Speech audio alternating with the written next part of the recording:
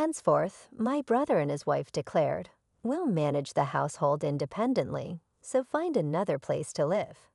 My mother, aligning herself with their decision, treated me as an impediment. Do they comprehend who has been footing the bills for the house? I never anticipated such disrespect. In the recesses of my mind, I resolved to take certain actions. I go by the name Carrie, a 30-year-old woman. Currently, I reside in my parents' home after returning from college. Initially, I ventured into the corporate world to forge my path, but the challenges overwhelmed me, prompting my return home. While navigating unemployment, I explored work-from-home opportunities. Armed with a scientific background, I embarked on a freelance engineering career. I began with modest projects. The income was meager, yet the experience of working independently was profoundly meaningful. In stark contrast to conventional employment, I could generate ample income without excessive social interaction. As my confidence grew, so did my workload and earnings. Within a year, my income rivaled that of a regular corporate employee. However, the predicament lay in my parents' understanding, especially my mother's reluctance to embrace my work-from-home lifestyle. My father grasped my explanation, but my mother, rooted in traditional beliefs, harbored apprehensions about what she couldn't fathom. Despite my earnest attempts to elucidate, my mother persisted with questions like, "How long do you plan on staying home?" and in insinuations about the legitimacy of my online work. Despite presenting evidence of client emails and salary statements, my mother remained unconvinced. She suspected it to be some shady business or involvement in a dubious religion. Even with consistent payments and the legitimacy of my job, her skepticism remained steadfast. She continually expressed concerns about the possibility of relying on unemployment benefits, emphasizing their impermanence. Although I had contemplated living independently, my savings were not yet sufficient. Around that time, my father's health took a toll, with deteriorating legs and back necessitating nursing care. Facing early retirement and sudden income loss, my father assured me that his pension would suffice. However, acknowledging my mother's spending habits, I questioned his ability to manage. His face bore the fatigue of anxiety about the uncertain future. My father had supported me through college, and even when I returned home due to mental health challenges. The idea of leaving him alone and continuing to live independently troubled me. My mother, too, grappled with confusion over my father's sudden condition. Contemplating the situation, I felt a sense of responsibility and a desire to give back. Reassuring my father, I pledged to support the family from that point onward. He expressed surprise, doubting my income's adequacy. However, I confidently showed him my stable financial situation. Grasping the reality, my father, who had always understood my circumstances, was taken aback by my newfound stability. Encouraged by his understanding, I offered to help with household expenses, medical bills, and other financial obligations. Each month, I transferred a certain amount to my father's bank account, shouldering a significant part of the financial burden. As my mother had been using my father's credit card, I created a new main card and provided her with a supplementary card. My father, mindful of saving money, urged my mother to follow suit. In response, my mother questioned whether I should be asked to leave the house. I pointed out my financial contributions and emphasized that it would be more challenging without my support. Skeptical, my mother remained unconvinced and suspicious of my assistance.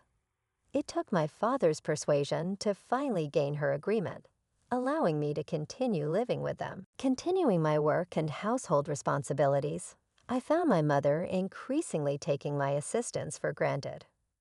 Her strictness intensified with constant remarks about the speed of my chores. "Can't you finish your chores faster?" she would complain.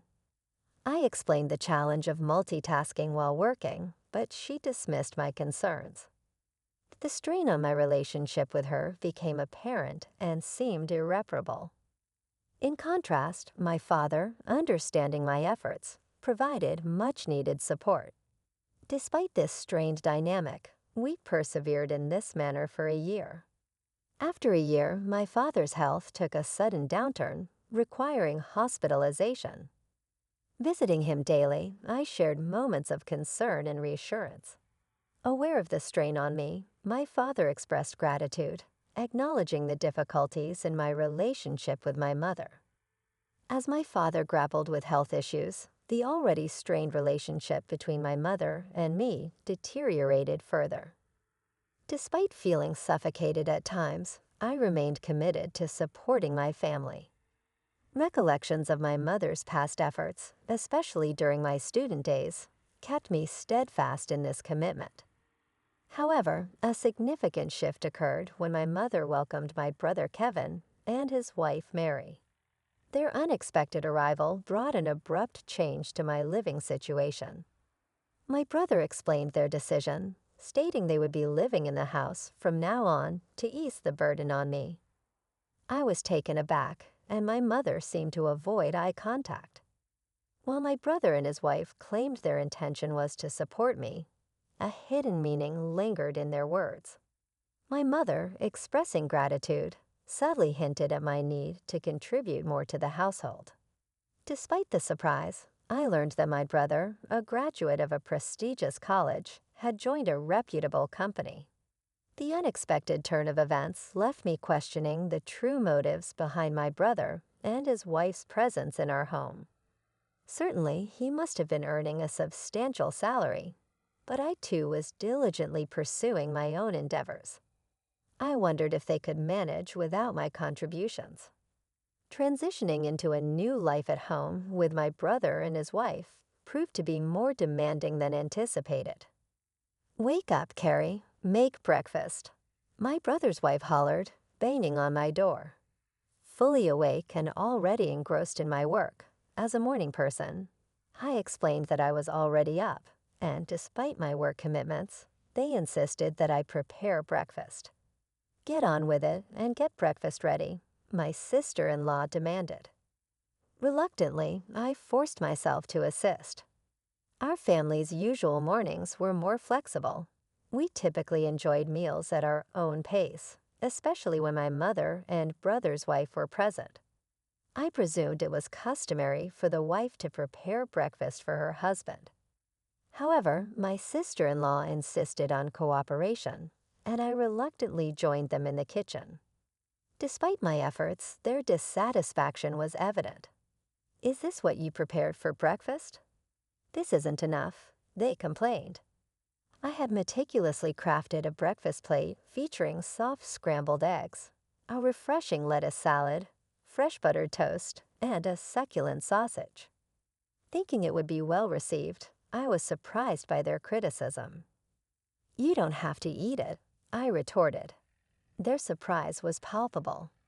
Their reaction turned confrontational, questioning my attitude and who I thought I was. My brother, often condescending, mocked me, likely influenced by our mother. Despite explaining my work commitments, they dismissed them outright. "What kind of work is that? Are you crazy?" they exclaimed.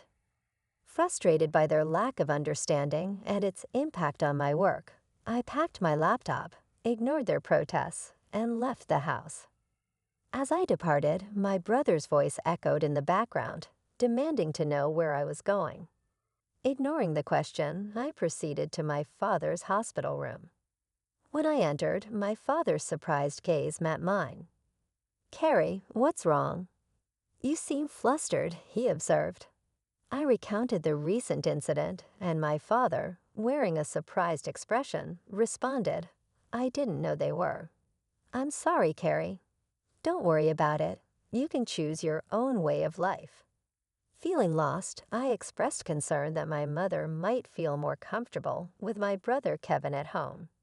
However, my father reassured me, "You don't need to be in a place where you don't feel comfortable.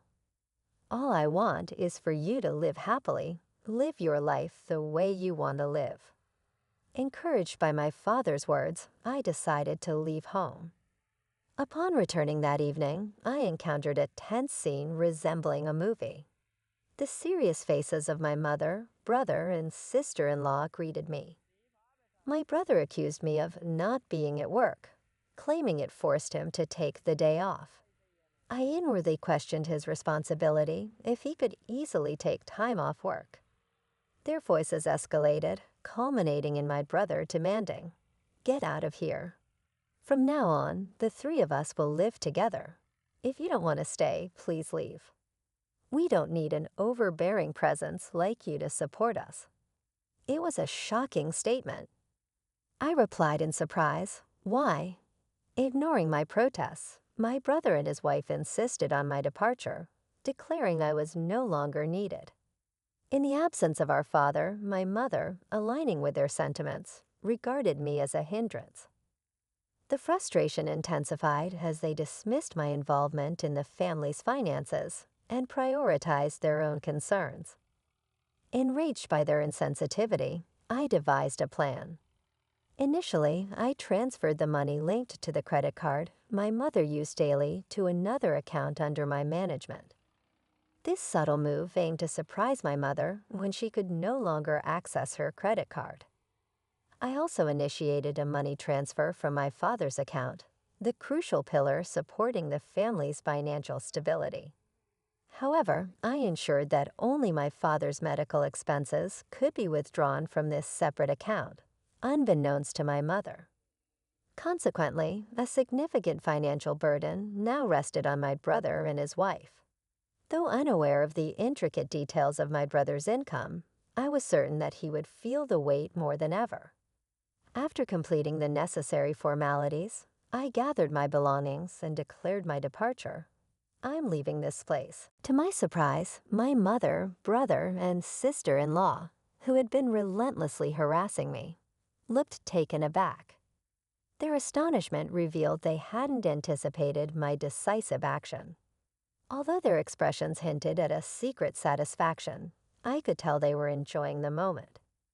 As I announced my departure, they belittled me, expressing their relief. "You're finally leaving. We've never dealt with such a troublesome person. You're not coming back, are you?" In response, I asserted, "Of course not. Don't contact me." They smiled as I left the house, but I couldn't help but wonder what they would think after I had gone. Embarking on a new life in a tranquil environment, I found solace and the freedom to enjoy my own time. Refreshed and focused, I immersed myself in my work. However, as expected, a call from my brother disrupted the peace. "I told you not to contact me. What's wrong?" I questioned. His voice conveyed surprise and urgency as he inquired about my involvement in the family's finances. Confirming my role, I reminded him that I had mentioned my work several times, but neither he nor our mother had believed me. Expressing confusion, he admitted, "Well, Mom said a lot of things, and I was a little confused." Acknowledging that it wasn't my fault, he revealed a financial predicament. With my absence, they struggled to manage expenses, and my mother's spending had worsened the situation.